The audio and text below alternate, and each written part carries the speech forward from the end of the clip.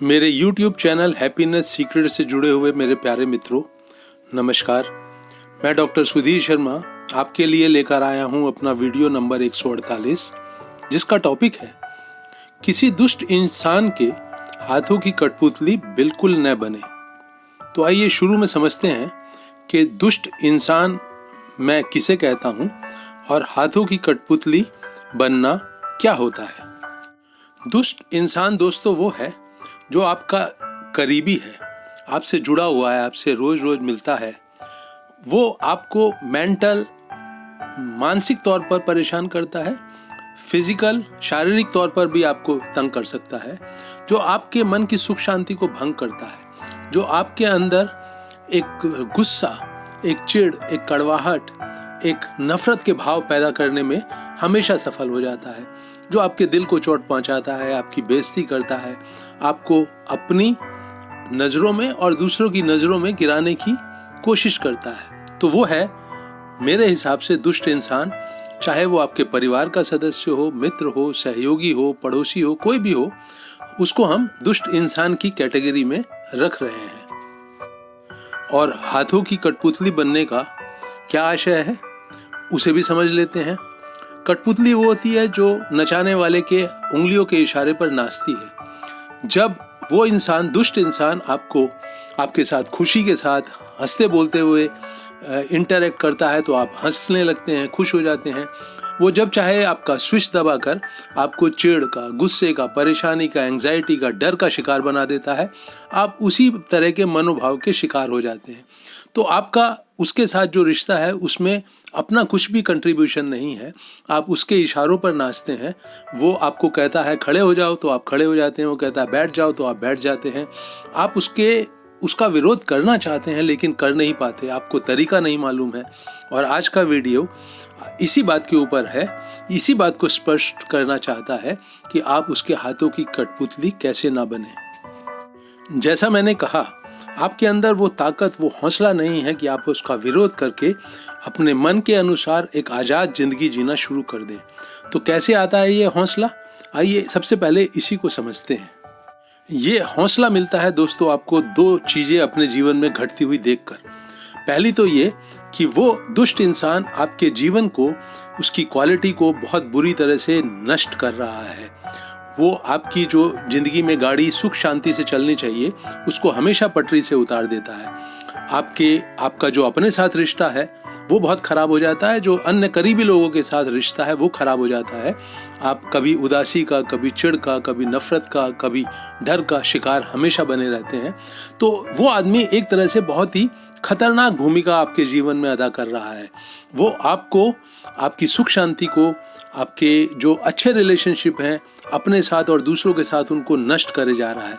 तो सबसे पहले हौसला मिलता है इस खतरे को बिल्कुल तोड़कर, इसके जो दायरा है उससे बाहर निकल आने का आपका पक्का फैसला अगर आप कर लें तो वो हौसला आपको मिलता है।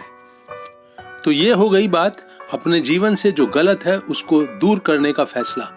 लेकिन एक और भी इसका पहलू है, सिक्के का दूसरा पहलू है, आपके जीवन को खुशी से भरा होना चाहिए। यही तो जिंदगी एक हमको मिली है, इसी में हमारे रिश्ते हैं, इसी में हमारे शौक हैं, इसी में बहुत सारी चीज़ें हैं हम करना चाहते हैं, अपने ढंग से जीना चाहते हैं। वो इंसान अपनी मौजूदगी के कारण, अपनी तिकड़मी बातों के कारण, अपने हाव भाव और एक्शन के कारण आपकी खुशियों को नष्ट कर रहा है, आपको अपने आज़ादी के ढंग से जीने नहीं दे रहा है। आपका जीवन एक तरह से वेस्ट जा रहा है, बिल्कुल बर्बाद हो रहा है। तो ये जो जीवन के प्रति आपका प्रेम है, जो कि बहुत सारे एक्शंस में फलना फूलना चाहता है, आपको उससे वंचित रख रहा है वो इंसान। तो ये एक दूसरी बात है जो आपको समझनी चाहिए। अगर आप अपने जीवन को वैल्यूएबल मानते हैं, कीमती मानते हैं, उसको पूरे जड़ तक, उसका पूरा स्वाद लेकर, पूरी खुशियों का रस लेकर जीना चाहते हैं, तो भी आपको इस इंसान के चुंगल से बाहर निकलना अति आवश्यक है। तो इस दुष्ट इंसान के हाथों की कठपुतली आप कैसे नहीं बने रह सकते हैं, इसको समझाने के लिए, अपनी बात शेयर करने के लिए मैं एक उदाहरण लेता हूँ। उदाहरण है दोस्तों कि जिस रास्ते से आप रोज जाते हैं वहाँ पर एक कूड़े का ढेर पड़ा हुआ है, किसी के घर के सामने है। आप जानते हैं कि उस घर में रहने वाला इंसान ये कूड़ा यहाँ पर फेंकता है। बदबू के मारे, आपके सड़ान के मारे आपका दिमाग की नसें फटने लगती हैं और आप इस कूड़े के ढेर को जो है, इसके साथ आपका जो रिश्ता बन गया है वो आपको बहुत तंग कर रहा है, बहुत दुखी कर रहा है। तो इसी उदाहरण को लेकर हम समझते हैं कि उस दुष्ट इंसान के साथ, जो कि अपने भीतर बहुत सारा सड़ान का कूड़ा रखता है, आपको चोट पहुंचाता है, आपकी बेइज्जती करता है, आपको आपकी नज़रों में गिराता है, तो उस सड़ान से आपका रिश्ता कैसा हो, उस इंसान से कैसा रिश्ता हो जो उस सड़ान को आपकी तरफ फेंकता है, इस उदाहरण से हम समझने की कोशिश करते हैं। तो एक तरीका तो ये है दोस्तों, जो आमतौर पर जिसके हम शिकार बन जाते हैं, हम उस कूड़ा फेंकने वाले इंसान से लड़ने लगते हैं।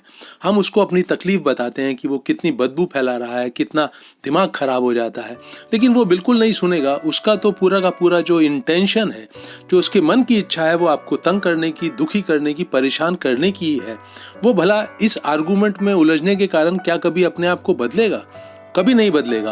आप जब उलझते हैं उससे और दुखी दिखते हैं, गुस्से में दिखते हैं, तो उसको बहुत संतोष होता है कि उसने आपकी दिनचर्या को बिगाड़ दिया, आपके दिमाग को खराब कर दिया। तो इस तरीके से उस कूड़े के ढेर वाले, फेंकने वाले इंसान के साथ आप अपना रिश्ता आज से ही खत्म कर दें।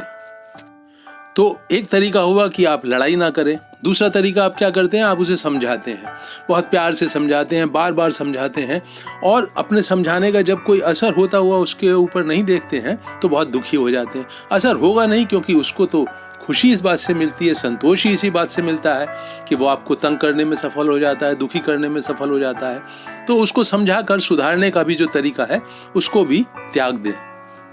तो इन दो तरीकों को छोड़ने के बाद तीसरा तरीका, गलत तरीका जो आप अपनाते हैं, वो ये है कि जब भी कूड़े के ढेर के पास से निकलते हैं दुखी हो जाते हैं, सोचते रहते हैं, सोते जागते, खाते पीते, कुछ भी करते हुए सोचते रहते हैं कि उस कूड़े के ढेर के कारण आपकी ज़िंदगी में कितना दुख है। अरे ये सोच सोच कर भी आप उसके साथ जुड़े हुए हैं, चाहे आप झगड़ा नहीं कर रहे, चाहे उसे समझा नहीं रहे, पर अभी भी एक जुड़े हुए तो हैं। आपका दिमाग फिर भी खराब रहेगा, आप फिर भी दुखी रहेंगे, परेशान रहेंगे। तो ये तीसरा तरीका कि उससे उलझ नहीं रहे हैं, उसके समझाने की कोशिश नहीं कर रहे हैं, पर उसके बारे में सोच रहे हैं, इसको भी एक खतरनाक तरीका माने, अपनी सुख शांति को नष्ट करने वाला माने, और इसको भी मेंटली त्याग दें। इसमें उलझना की जो एनर्जी है, जो समय आप उसे देते हैं, उसे कम करते चले जाएं। तो दोस्तों, अब बात करते हैं उस तरीके की जो मैं आपसे साझा करना चाहता हूं, जिसको प्रयोग करके आप उस इंसान के हाथों की कठपुतली नहीं बने रहेंगे। हो सकता है आप उस इंसान को अपनी जिंदगी से ना निकाल सकें, उसकी जिंदगी से ना निकल पाए, रिश्ता आपका कुछ ऐसा हो सकता है, लेकिन मानसिक तौर पर, भावनात्मक तौर पर आप उससे एक दूरी बना लें। वो आपकी तरफ कितना भी कूड़ा फेंके आपके रास्ते में, आप उस कूड़े को बिल्कुल महत्व देना बिल्कुल बंद कर दीजिए। आप सिर्फ उठें और वहां से चल दें। अगर उसके साथ बैठना, उससे बात करना, उसकी बात सुनना आपकी मजबूरी हो, तो भी एक भावनात्मक तौर पर, एक मानसिक तौर पर एक दूरी बना के रखें कि इससे काम की बात जितनी है उतनी तो मैं करूँगा या करूँगी, लेकिन उससे गहरा रिश्ता, अपनी भावनाओं को इन्वेस्ट करने का मैं बिल्कुल नहीं रखने जा रहा हूँ। जब बात खत्म हो जाए उसकी, तो उठें और वहाँ से आगे बढ़ जाएं। जब कभी संभव हो तो उसकी बातों पे बिल्कुल ना ध्यान देके अपने रास्ते चले जाएं, अपने जीवन के और कार्यों को निपटाएं, अपने शौकों को पूरा करें, अपने और रिश्तों को निभाएं। तो इसको इंग्लिश में बोलेंगे, just walk away without investing any emotions. बस उठें और उसके सामने से गुजर जाएं। वो रोके तो रुक जाएं और फिर उठें और गुजर जाएं। कुछ भी वहां से उसके द्वारा आपकी तरफ फेंका गया कूड़ा, कुछ भी अपने वजूद में, अपने मन में, अपने हृदय में, उसको बिल्कुल भी ना रखें और यूं चलकर दूर हो जाना, अपनी बिना भावनाओं को इन्वेस्ट किए।